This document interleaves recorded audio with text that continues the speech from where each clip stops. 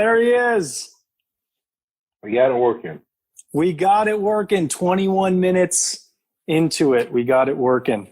I think that's faster than last time. So we're making progress, right? So that's not too bad. Yeah, we got a lot of technology here to we're able to do this.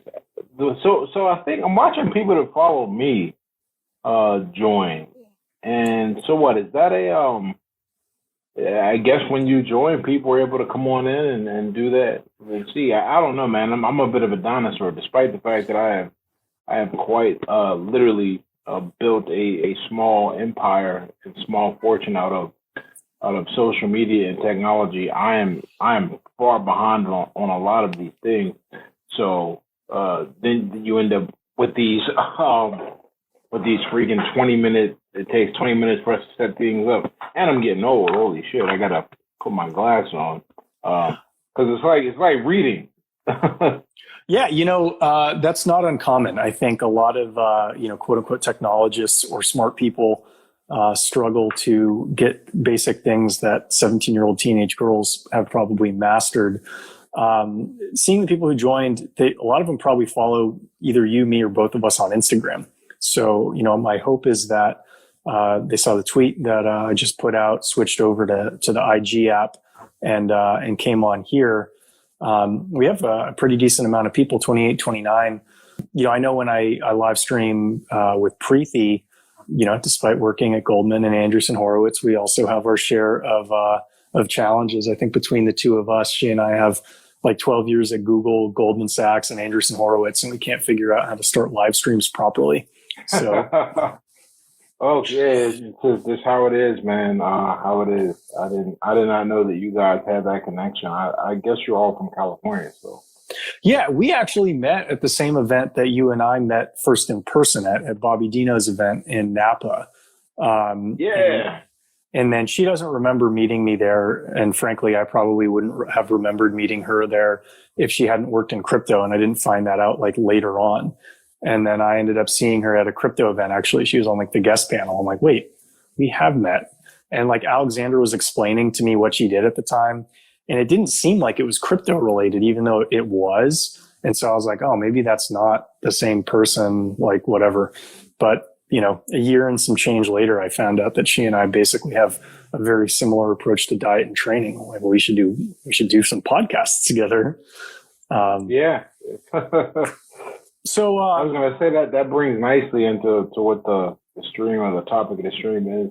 Yeah. So we're here to talk through Ed's weight loss journey, fat loss journey, as he makes a comeback to. Yeah, it's funny, man.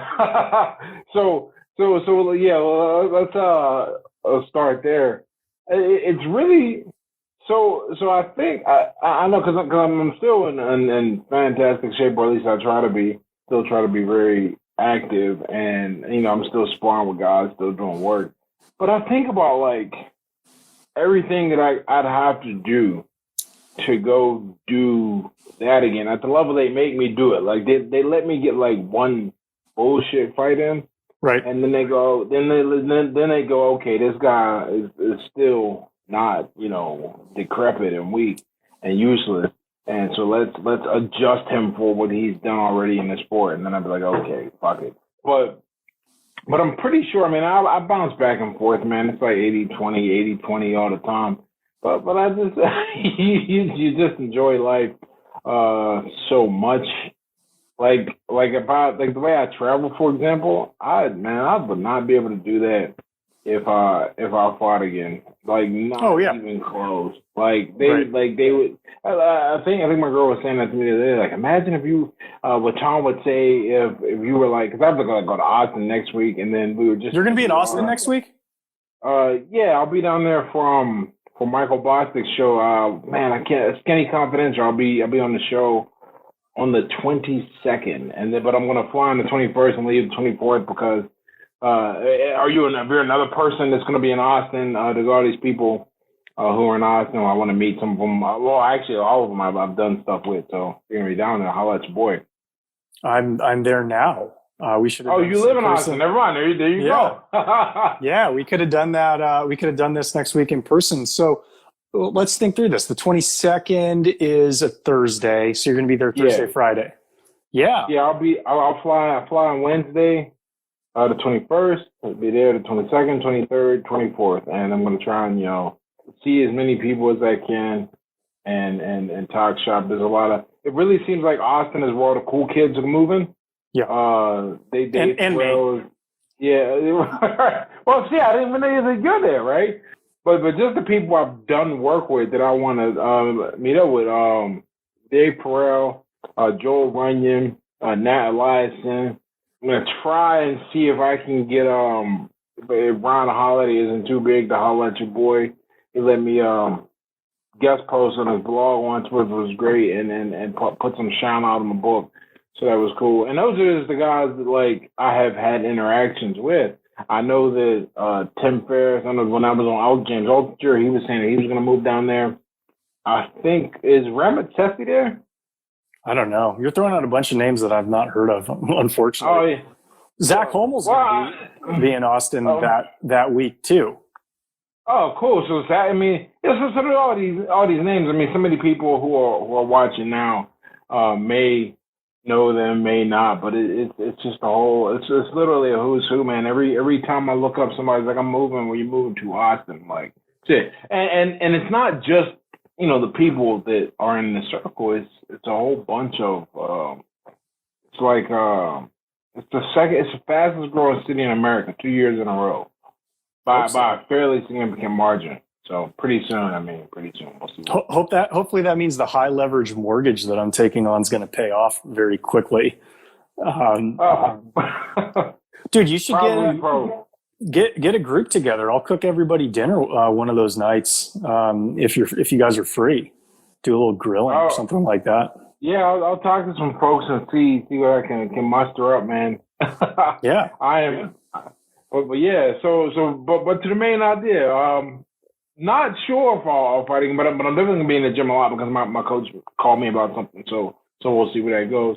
But the goal is I'll never be a heavyweight again. I have no interest in that. I'm too small. I was too small realistically before, but these guys are huge to match my skill level. It's not that I'm too small to fight. I just you have to be honest about your limitations. Right. And I don't think I had the skill level or more of it, like I have it to fight at that time. Then it's not like it's not like I'm going up in prom, right.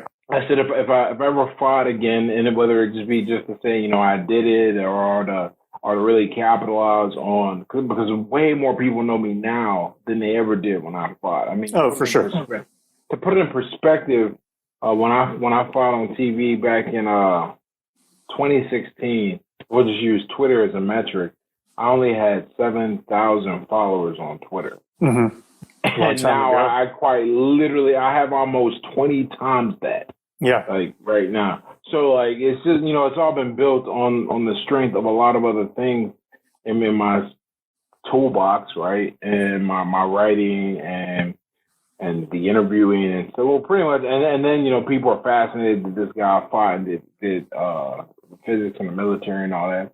So there was that, but that's when I do it. I do it at the light heavy. So to do that, I know I'll have to cut. I'm just not. I don't have to cut, but I'm not going to cut from 230 down to 201.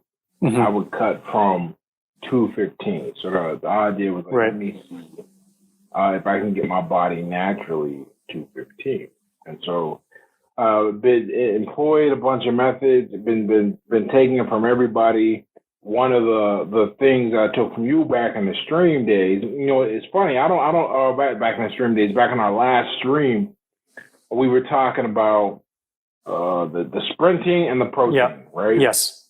And it's funny. So we must have had our call. Shit, that must have been December or January. I'm gonna say January. Yeah. Because what happened is, I had a plan. I live out here in the suburbs. We got a nice track. I was going to get the track every day, and then it just we had a record winter here, and there was no way I was going to sprint. So I started trying to use the assault bike, and the assault bike was cool, But and I'll get to that. But I mean, you want to talk about like not seeing the downward progress? This whole body just didn't do it the way sprinting does. Yeah, and maybe it's because I don't understand how to push it hard or whatever.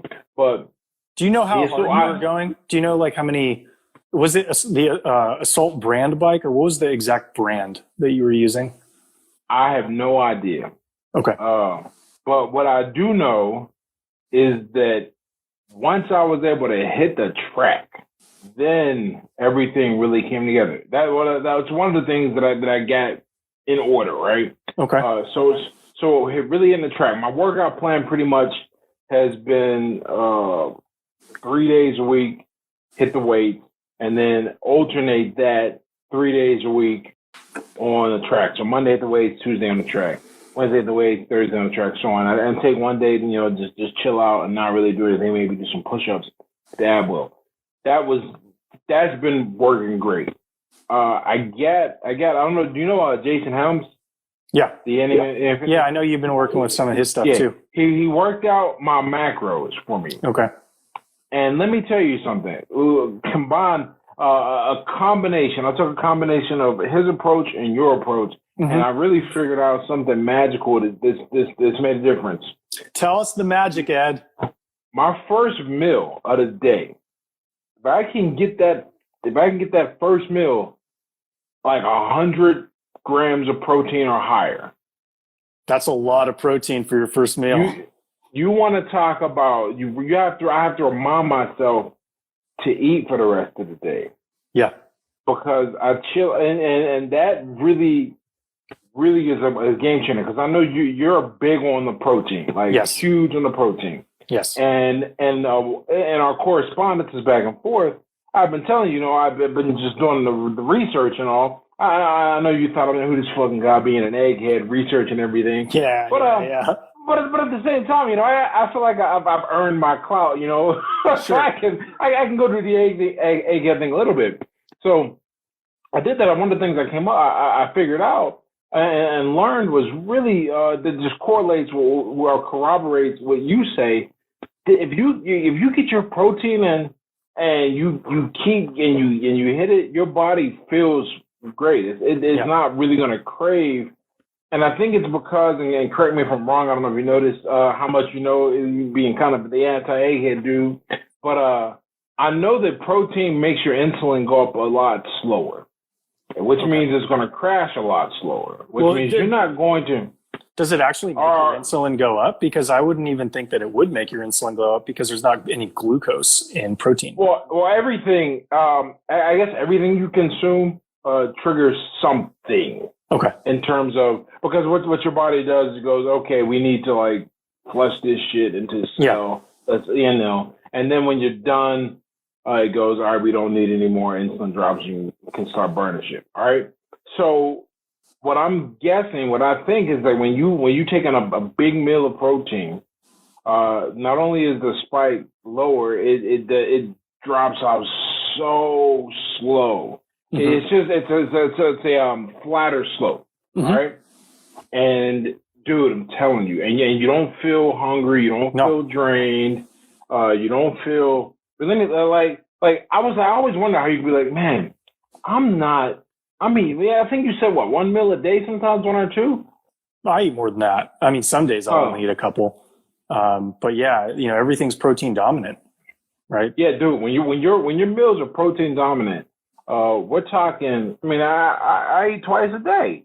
My big meal in the morning, which, dude, and then what's fun is you start figuring out different ways to get all this protein. Okay, so for example, I love going to get an ahi tuna steak or a piece of a big old piece of haddock. I was really big on fish. I try to get the fish because the fish is not going to have as much fat in it. Yeah, there's no calories in fish, basically. Yeah. It's a protein shake. Dude, it's a tasty protein shake. Yeah. Exactly, right? So if I can do that, I'm pretty good. And you bring in more nutrients than a protein shake. Well, comparable. You should bring, I guess. More. Yeah. Yeah. So that's worked out really well. combine that with the lifting, and then when I lift, I get after it hard. I'm in there, and here's what's cool. Mm-hmm. And I think a lot of people don't realize this. You don't need to. I used to think you need to be in the gym, like an hour or two. Like, no, you hit. I go and I hit 4 hard lifts, and I'm out. And like hard, you gotta be hard, but right. I mean, and then you get in, get out. You should be in and out in 30 minutes for real. 30 minutes is a good, solid effing workout. Do that after the protein. Chill for the rest of the day. You're not gonna be hungry. Now you might miss the way things taste, but here's the kicker. There is a part. This is the thing people don't like to hear when they start talking about diet shit. Yeah, man. Like you can't eat BS. Like you can't eat anything, right? But your desire to eat anything is gonna go down, and then eat in the evening. And doing that now, I started this. We went in the DR. What is it? I can look. About 4 weeks. On the 4 weeks, remember I told you I was like, oh man, I'm gaining weight. What the hell is going on? Right. So now everything is trending the right way. When I started this the week I got back from the DR. I was blowing up. I was like, what's going on, man? I was 234. This morning I was 225. Nice. So I'm moving in the right direction, and I'm moving in the right direction the right way, because what Jason's got me doing is not just watching the scale. I'm also taking tape measurements. Okay. Because I want to, I don't think I'll lose muscle, but what I'm more interested in is slimming the midsection down too, because that's where a lot of the fat is held. So everything is really moving nicely, and the big thing, dude, though, is that protein, because I think it's so hard for the average American. Yeah, they don't eat enough. And not only do they not eat enough protein, but the macros I'm on right now, I'm on 1850 every day is what I get. Right, 1850 with protein. Well, here's the thing, right? I look at it, everything I look at, everything from the DEXA to the formula puts my BMR.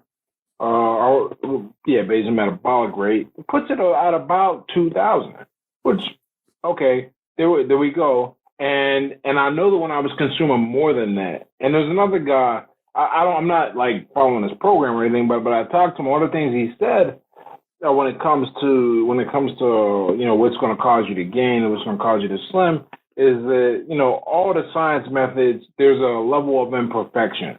Yep. But the best thing you can do is, just watch what you eat and then look at what happens on the scale. Yeah. And if you do that, you'll get a feedback. And 1850, as long as I stay around there, nothing goes up. So that's where I'm at. It's been a very eye-opening lesson, because I said, okay, I gotta be. I'm not bullshitting in the weight room, right? That ain't the working out part. That ain't never been an issue. So I said, what's going on elsewhere? I got to get the nutrition down, and I thought my nutrition was on point. But as a former athlete, you kind of you think you can eat everything. I think we talked about this before. You get used to eating a certain way, and you think, oh, I'm back to that. I can eat that, but you're not really back to it. I'll never be back to what I was doing like that until I'm in there prepping for a fight or something, and then I can get away with eating a box of Ritz crackers and stay alive. But that ain't gonna happen. But the big change for real, man, and it's a glowing endorsement of your philosophy, is protein dominant. Yeah. If there's one thing that's made of I would say the biggest difference is the protein dominance, because what that allows me to do is that makes it very easy to stay on my macros. And then not go over calories. If I don't get enough protein, I want to eat BS. Right? Yes. And let's drill down into that. So, my followers probably know this, but, probably half or more of the people who are on are followers of Ed, might not be that familiar with stuff that I say. I don't count my macros with a ton of precision, the way Ed's doing in his weight loss and ascent down to 210, descent down to 210. What I have found is if I just eat protein dominant real food, everything seems to work out okay. And so that's why I think that diet framework is so much more effective, because it scales to everybody who doesn't want to actually track everything. And, for most people aren't weighing in for a competition event. So if most people get down to 212 or 208, there's no difference really between the two of them. So they don't have to invest all of this effort into like micro precision the way a weight class athlete would. They just need to have something that's sustainable and enjoyable for their lifestyle. The challenge for doing that is, if you understand the economics of food, the food with the most protein is also the most expensive. And so if you don't know how to cook your own food, which most people don't, you're going to be reliant on a corporation to determine your macronutrient proportions in your meals. Well, guess what? Corporations are created to make money, and the way they can fatten their profit margins is by decreasing the protein that they give to you and replacing it with carbs or seed oil fats, which are going to be a much cheaper food substitute that they can put in. Most Americans don't know that this is happening because it happens at every meal that they eat. They just think that that's called eating. They don't realize that if you cook a steak for yourself, you just cook 6 eggs or something in the morning. You cook 3 eggs and a 12-ounce steak. All right. You cook 3 eggs and a 12-ounce steak in the morning. That is about 900 calories. That is about, 80 grams of protein or so. You're not going to be hungry for a long time. Yeah, you're going to be good, man. And dude, one of the things that really helps, and I know you hear variations of this, but the person you select to have in your life can really help or hinder your progress in any way. And I'm unbelievably fortunate that I have someone who cooks. Like we cook, man, and we don't cook it, and we don't cook. Place we go to, we know they cook because what it costs and we can see. So it's not like I don't ever eat processed food, which is nice because that just makes it very easy to change and make a substitute. And here's the thing: I know you were saying you don't count, and this is crazy. The only reason why I count is because I don't want to. Well, now this was not at the beginning. Now I count because I'm having the opposite problem, which is not eating enough. Yeah, like if I eat that, if I have that big breakfast I was talking about, I'm not hungry, and I look at the Apple Music and the track, and I'm like, how am I not hungry? I've only had 1,000 calories today. I need to eat something, and it goes, I go to bed that way. But I know that's not. Well, maybe it is, because that's the next thing I'm kind of curious about is, what happens when I stop trying to hit 18, 50, and I just go, all right, I'm good, and go to sleep. My body will probably adjust as it wants to do, but it's I lose 20 pounds. It's a real interesting experience because I'm not staying out at the gym, and I'm not. I don't feel weak. I don't feel anything out of the ordinary. I would say that most people, they're not shit. Look at the numbers. Most people eat too much. Very much too much. But at the same time, they don't eat enough, right? Because they eat bullshit, right? Processed food, which doesn't have nutrients in it, so you don't get full from that. It's also designed to not satiate you, so you can eat more of it, right? So the reason the average American's eating 3,500 calories a day without, and who knows? I don't know how they know that. Sounds about right. Well, I don't know how they know that because, what do they put a camera in everyone's house and weigh and measure everything? I doubt it. But take that estimate as legitimate because Americans drink a lot of soda, right? When's the last time you got full drinking soda? You don't. It's designed so you can drink an unlimited amount of them. And the same thing's true with boxed food. And you also think about the habits that people generate around processed food versus real food. Do you really think someone's going to sit in front of the TV and watch Netflix for 4 hours munching on steak? That's not, it's just not a food that somebody would just binge on while watching TV. Because after the first steak, it's funny, you go to a high-end steakhouse and, they want $150 for a steak. And that sounds crazy. Until you remember, that's a good steak. you're gonna be all right for for the rest of the day. Like you're not coming like you're not ordering 3 of those. Is my point. You one steak, and if you finish it, great. But it's gonna be worth it. Well, it's gonna be worth 150. It's debated. Well, but it's going to be a nutrient dense food, is the saying, right? You don't want calorically dense. You want nutrient dense. Right.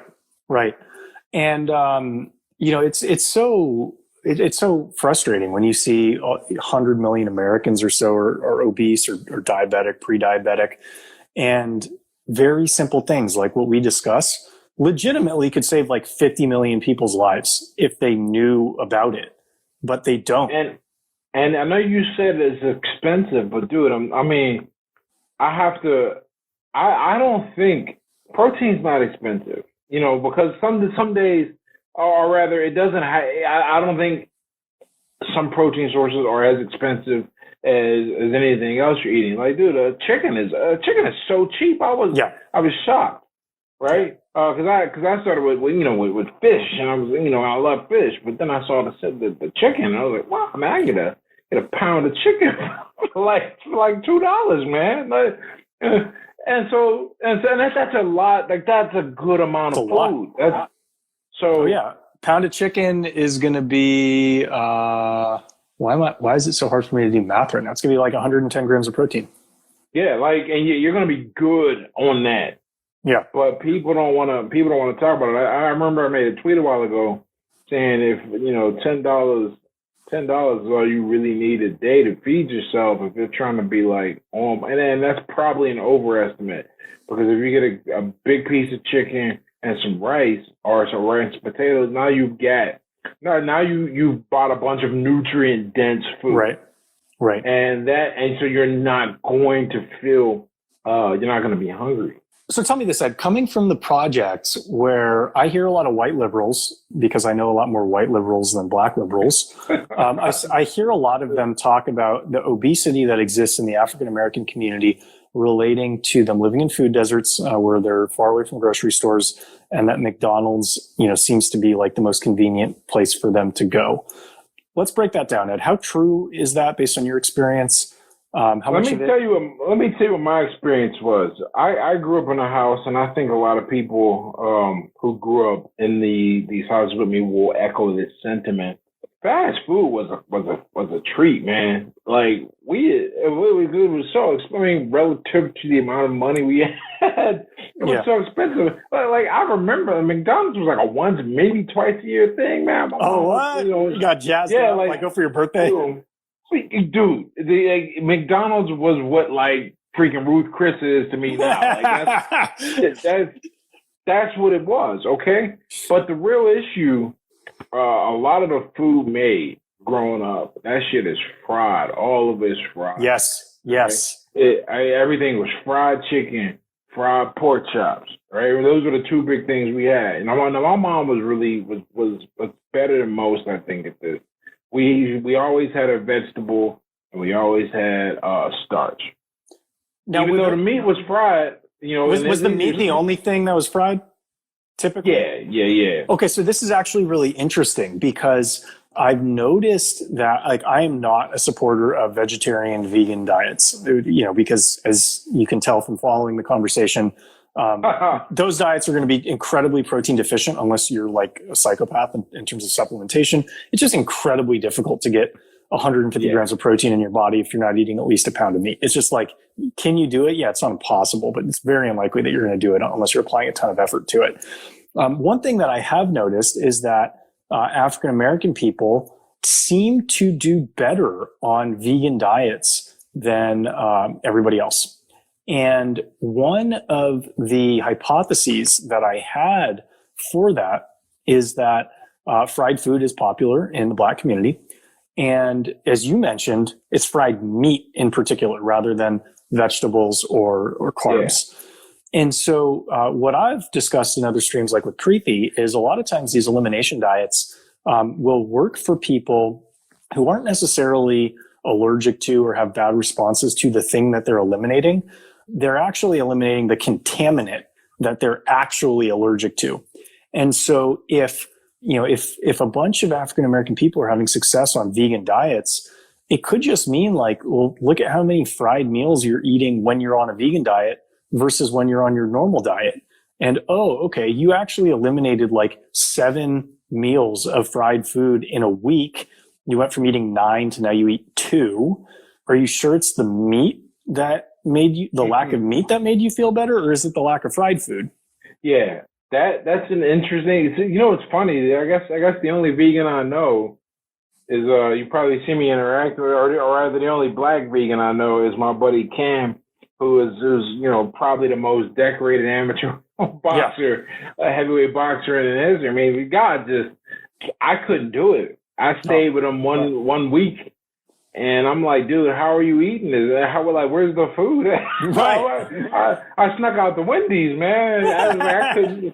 I couldn't do it. But he's strong and doing it. And, you know, he says he doesn't even notice anymore because it's just part of his life. And I think his girl is, I don't think she's black, but I know she's not white. But I think she's vegan too.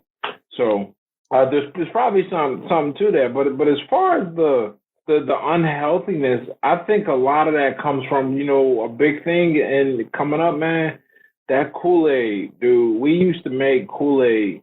We didn't just use two packets of the Kool-Aid. We put 4 cups. And when I say cups, I don't mean the measurement of the cup. I mean like a goddamn mug. 4 mugs of sugar in, and then put the Kool-Aid in, mix it with water, and now you got a gallon of water. I'm thinking about it. I feel sick that I used to put this in my body. Oh, yeah. You got a gallon of water, but half of it is like sugar. Yeah, and I'm sure you had like Pop-Tarts and stuff with it too. Pop-Tarts. Yeah, well, fortunately, you know, I look, it's funny. A lot of things you look back, you're not sure it's good or bad. It is what it is. My mom was like, that shit is a waste of money. We're not doing it. But what we did do, right, here's a bad habit. We used to put sugar in the cereal to begin with. It was already the cornflakes and the Cheerios. Yeah. We used to put sugar in it. Yeah. It was awful. I used to get excited because the sugar would collect at the bottom. At the bottom, you could drink it. Yeah. Yeah, I was like, dude, and it's kind of terrible. Do these things just affect these communities disproportionately? Sure, because just to take something as basic as breakfast, wasn't a lot of mornings with bacon and eggs, right? Because that shit costs a little more money than boxes of cornflakes or whatever the generic brand of cornflakes and Cheerios, or that's what we got. Yeah, because it's like $3 or something for a box of and some sugar, you know. And that's just how we lived, and it was.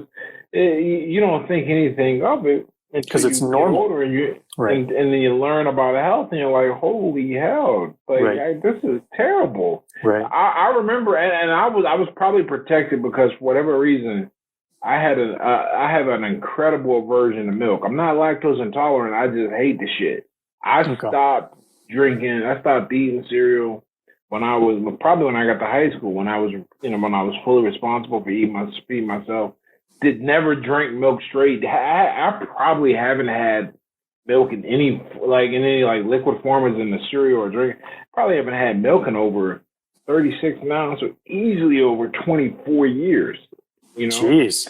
So I guess I probably haven't either, to be frank. I mean, maybe a little bit later, but I think I probably stopped drinking milk around 22, 24. So I don't think I've had straight milk in 10 years. I used to add a little bit to my coffee, but I haven't done that in 5 years. So I don't actually think I've had milk it's possible I've not had milk in any form outside of, like, if you want to consider cream and ice cream, like a milk derivative, or like cream that I'm putting in, or maybe some whole milk that I'm adding to mashed potatoes.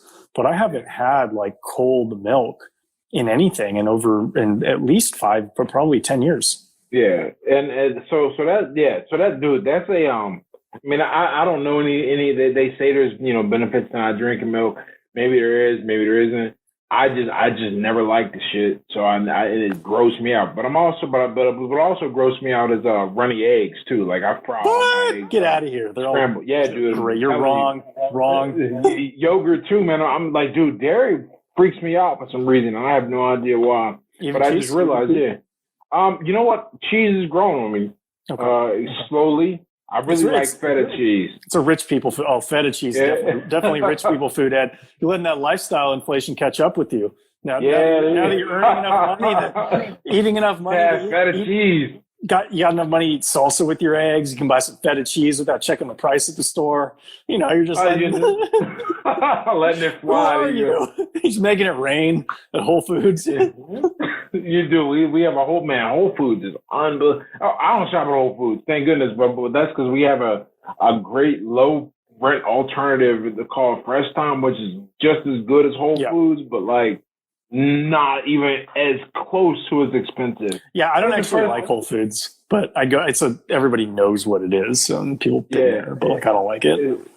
It's good, but nah, man. I think a lot of it comes down to in terms of how and why we are affected disproportionately in those communities is it's not for lack of options, but I think it's lack of knowledge. Because price wise, one thing you learn real fast, at least in your 20s, is that shit is cheaper.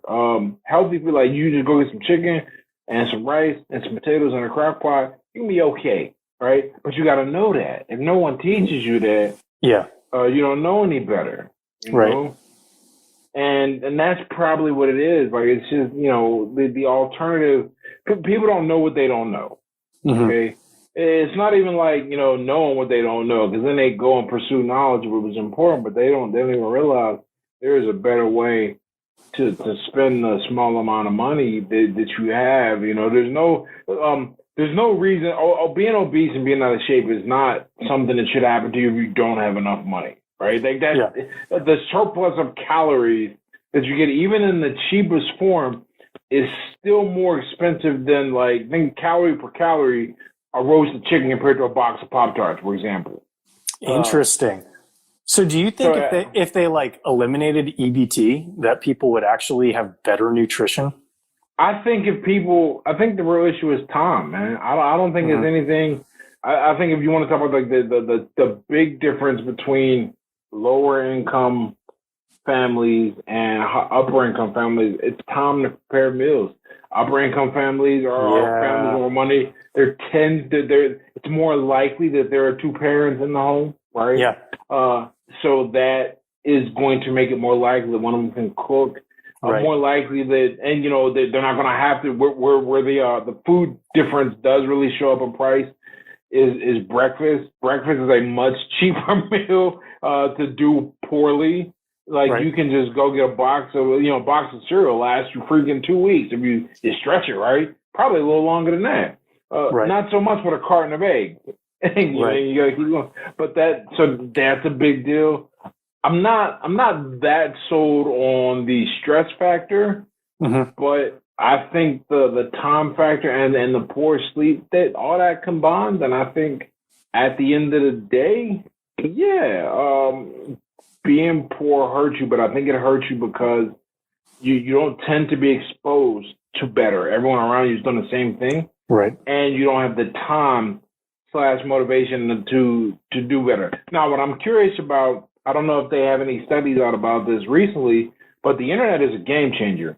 Yeah. And the internet's so cheap now, everyone has it. If for any reason they have a phone.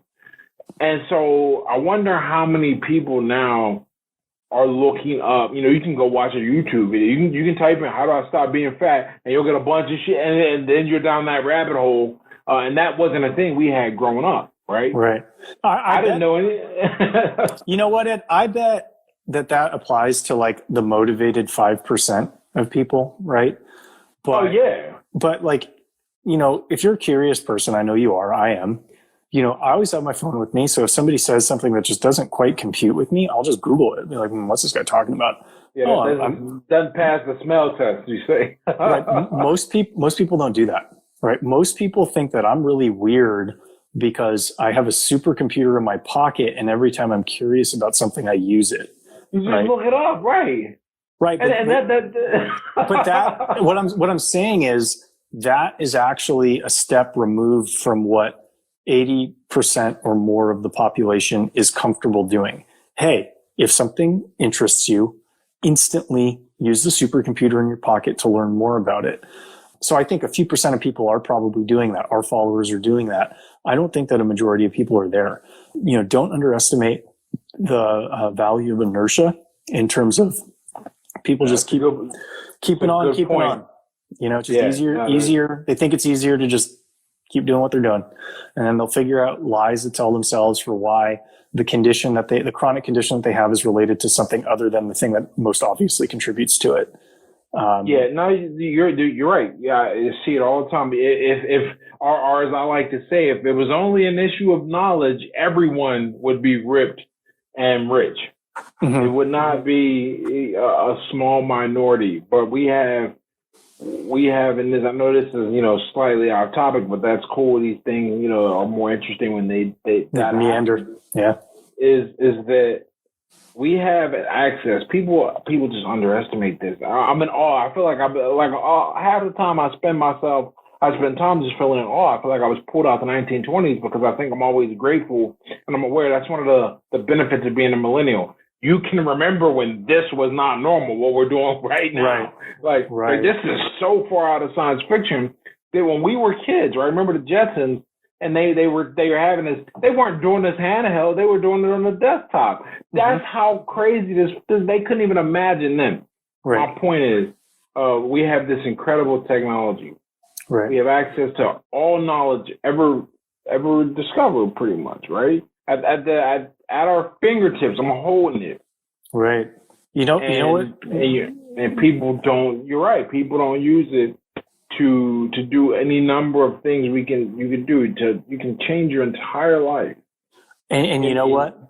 Yeah, this is it's really interesting because you could almost look at the internet as a productivity multiplier, where you can literally be 1,000 times more productive with the internet than without the internet. But what it's actually going to do over the course of a generation is expose people who want to better their lives and separate them from the majority of people who have no interest in self-improvement. Because take everybody on the same starting line now, 20 years from now, 5% of the population that's taken initiative to use that supercomputer, to use that, essentially to use the cheat codes every day for 20 years, they're going to be so much more knowledgeable. They're going to be so much wealthier. They're going to be so much healthier than everybody else. And the people who aren't doing that are going to be resentful because they haven't connected the dots between their actions and the outcomes. So all they're going to do is see other people with superior outcomes to them. The last thing they're going to do is look internally and say, what am I not doing that that person is doing? This will not come across at all. What they will do is they'll say, oh, that's a man. I can't do that because that's a man. Right. Or, the factory of excuses will produce a lot of viable explanations to justify their own lack of initiative. Yeah, for sure. I have a fairly high performing tweet where I mentioned this, where one half of the population is going to use the internet to start businesses and form connections and just change their life. And another half, they're going to be arguing about politics, binging series, and being addicted to porn. And then now I got to throw in, blowing their paychecks on OnlyFans girls. And that's the future. Do you know people who do that, by the way? I don't know. They haven't admitted it to me if they do. Okay. No one. Well, here's what I'll say. I'll say about that. Like just looking at in my daily life, right? I've got a decent core group of good, smart friends. I mean, they're solid guys. I wouldn't be who I am without their influence, and that is not even close to an understatement. Okay, or an overstatement. It's probably an understatement. But I remember when I got heavy into social media. And, the crack jokes here, crack jokes there, and all this, all this time you spend on social media. And then there comes a point where your life, you can't hide certain things. I'm not trying to, it's just like at some point you have to go, this guy's, almost never home. Okay, how's he not working, obviously, but things aren't going well. Because I figured out what to do with all this stuff. I had a very clear purpose for kind of being here, having fun. You know who's really great? I have a few talks with him very similar to this. is Chris Johnson and all of the stuff he's done. And Chris is, I mean, I'm from a rough background, man. Chris is, not many people I go, man, I had it rough, but shit, you know. Right. Chris is one of them. And we were talking about this, and he goes, you know, these guys don't get it. You know, I'm just here to have a good time and make money. I don't have any interest in beefing or arguing with anybody. And if you notice, none of that ever happens on his timeline. There's never anything petty or anything crazy. It's all just filled with giving people actionable advice and stuff to work with. And he's completely changed life and is a great inspiration, and kind of got to look at it. When I think about, people like to think about me as somebody who changed their life. Like, no, I look at that guy and I go, right.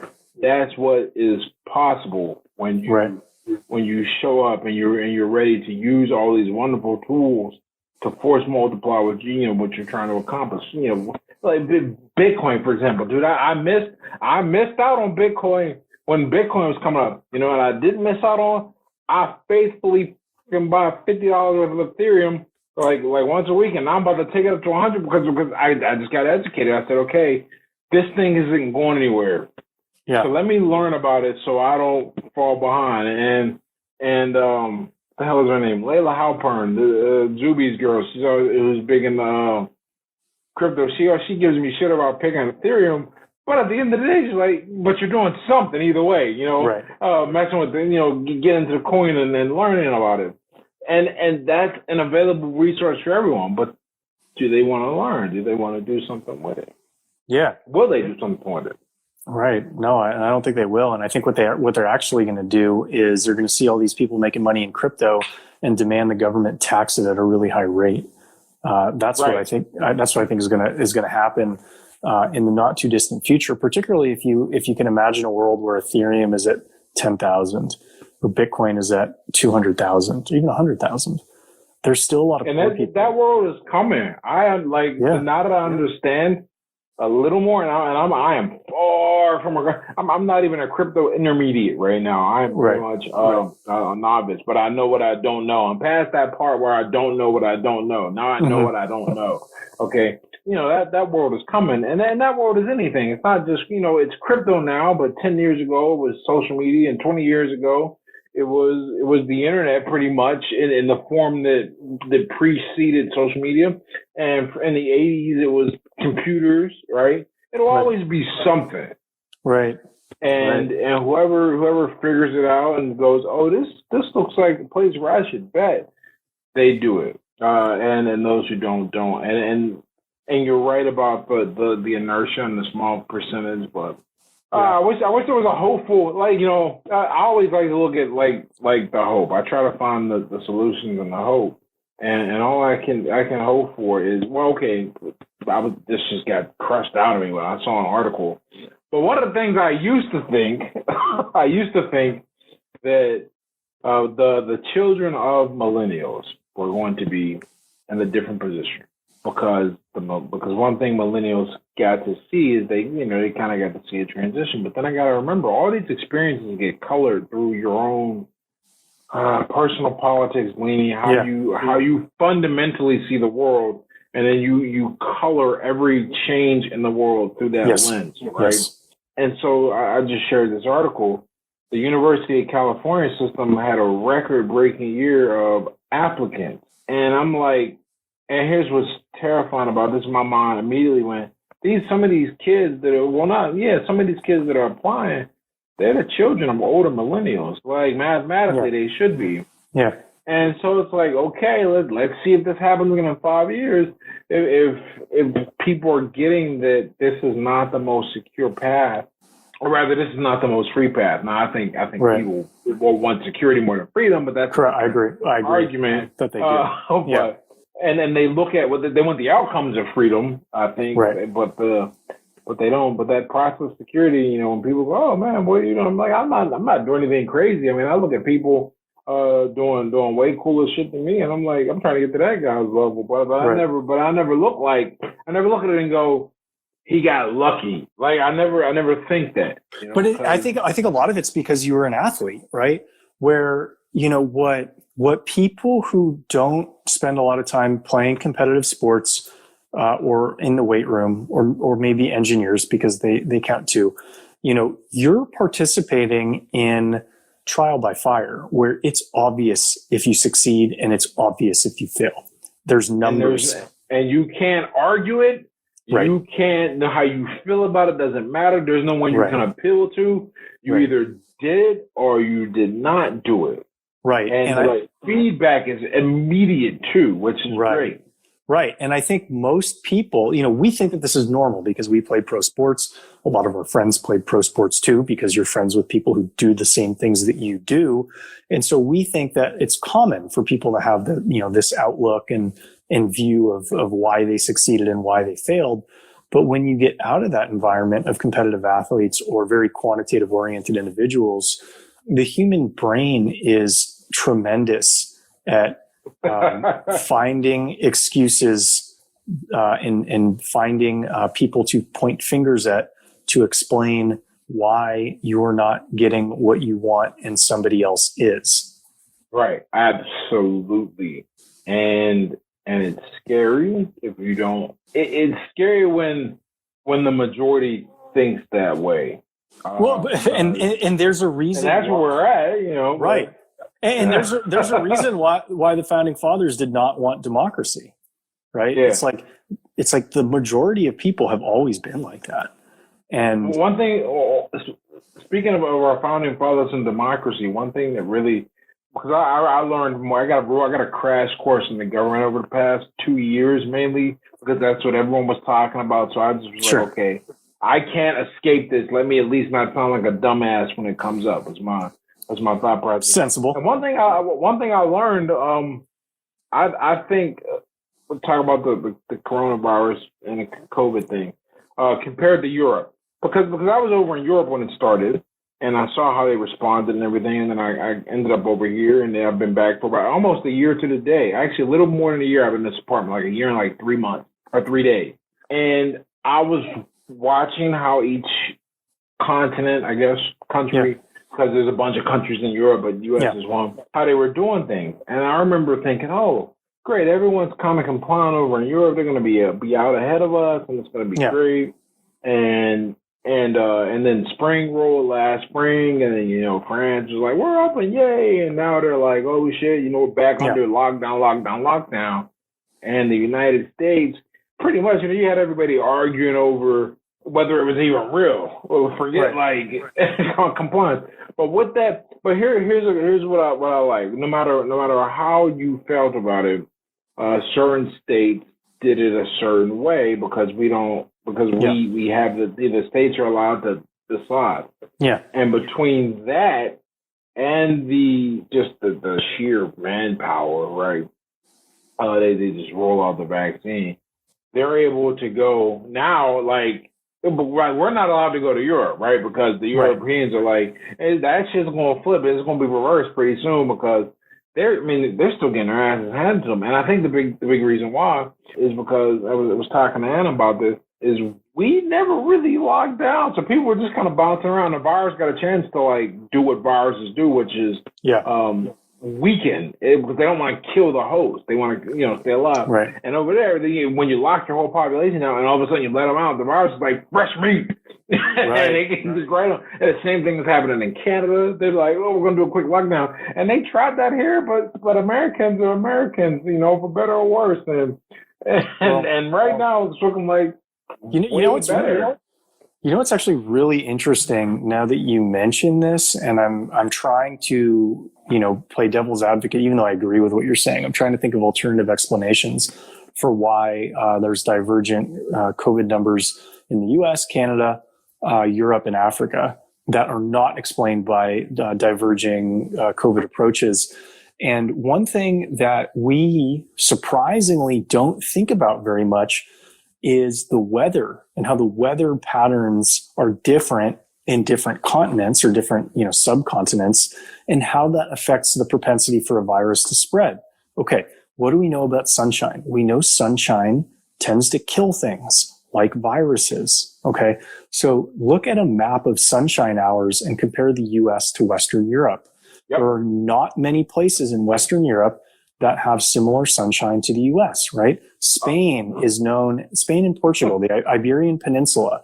And Portugal, not because you're, but dude, you're like follow with that, because Portugal is like, you look at their numbers. I mean, they're down at damn near 0 cases a day. Yeah, because Lisbon is the sunniest capital in all of Europe. 300 days of sunshine. Right, and you look at that, and it's like Lisbon and Madrid and like Sevilla are like the strongest, the sunniest places in Europe. But then you compare them to the U.S. on a sunshine hour basis. It's like, well, Lisbon actually has about the same amount of sunshine as New York, right? Yeah, or Denver, Denver. Yeah. So the U.S. has a lot. The U.S. has a lot of cities that are like 2,500 sunshine hours a year or more. I've looked at this because I realize that my body responds to nature like plants do, and I need sunshine if I want to be happy. And so when I was younger and looking at like other places that I might be interested in living in, it's like, oh, London, nope, that's a no-go. Not going to live there. Oh, Spain, that's okay. Oh, some places in southern Italy, yeah, maybe that's okay. Portugal, yeah, that looks pretty good. Actually, the U.S. isn't bad. Miami's got a ton of sun. Austin's got a good bit of sun. Denver's got a good bit of sun. New York actually has a lot of sun despite having cold winters. L.A., San Diego, San Francisco, all of these cities, Las Vegas, they all have a ton of sun.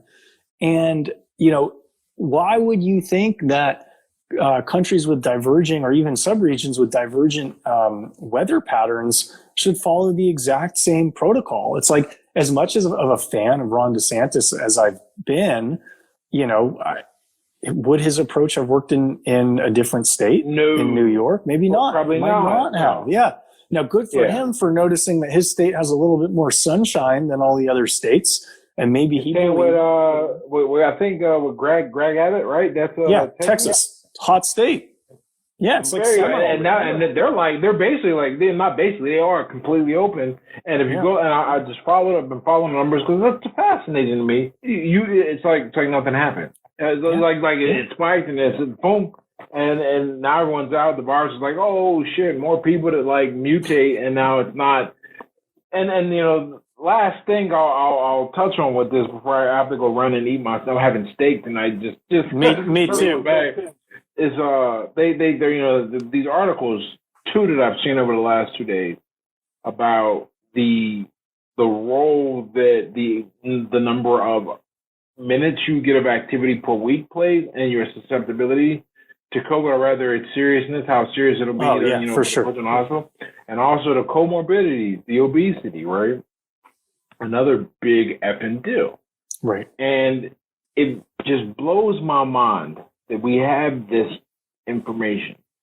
No, we have it now. I'm not going to be that guy to say, we knew this, a year ago, because maybe we did, maybe we didn't, but it's all experimental. But now we do know it, right? And it's like out there. And so any place, especially with the summer coming around in the northern hemisphere, any place that is like we got to be locked down and isolated, it's like having an infection and looking at penicillin and going, that's not what we need right now. We're gonna ignore it. We're gonna lock that away. You know what we're gonna do? We're gonna have some water, right? We know that is what kills it.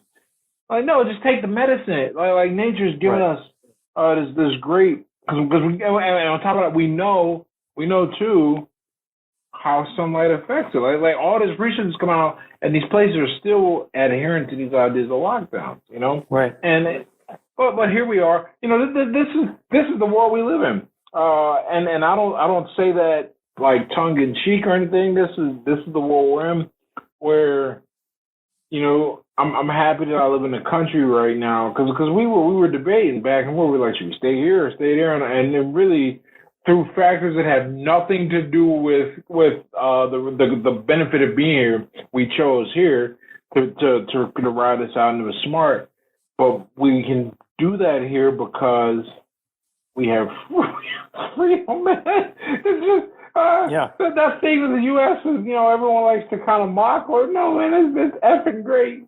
It's awesome, right? It's like freaking awesome. If you don't like how Cali's doing it, go to Texas. If you don't like which how is what I Texas did. right. You can change. You can do Right. it, and that's beautiful. That's a beautiful thing. And I'm just I'm in awe. I've gone to other countries while COVID's going on, and they have different ways of doing it. And I think at the end of the day, for better or worse, U.S.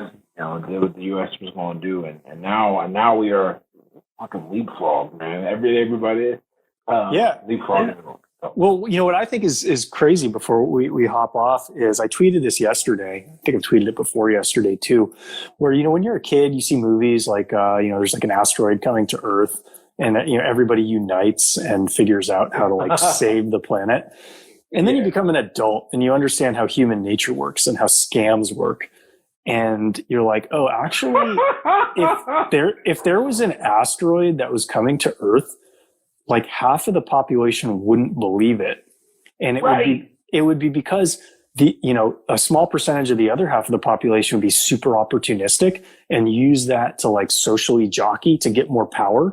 And all the messaging to the people would actually not be accurate. They would take like complex physics, they would dumb it down. In the process of dumbing it down, they would effectively miss the point. Yeah, they'd be lying. Some intelligent person would point that out and say that, no, they're actually full of shit because I understand physics and that's not how it works. And then all sorts of people who don't trust the normal sources of information would follow the dissident who says that's bullshit. And then they'd stop believing that an asteroid was coming to Earth. And then like other people would start selling like seats on the asteroid. Like they'd figure out financial scams. It would become you're exactly right. Like we should make a movie. Make a movie about that. Like how the Earth would actually, how human civilization would actually respond to an imminent. Somebody would make it political. Like it would be truly ridiculous. No, that's I 100% agree. And regardless of how you feel about the severity of COVID, because I am very much in a camp that, especially based on what we know, that if you're in shape, this is like a bad flu, and right. Yeah. And not only in shape, because that's only part of it, but kind of actively in shape, hence the whole walking and moving thing and 150 minutes of motion per week. That's important. But no matter how you feel about it, one thing that this should have taught you over the past year is exactly what you just said, is that everyone is like human nature is going to find a way to put an agenda on this.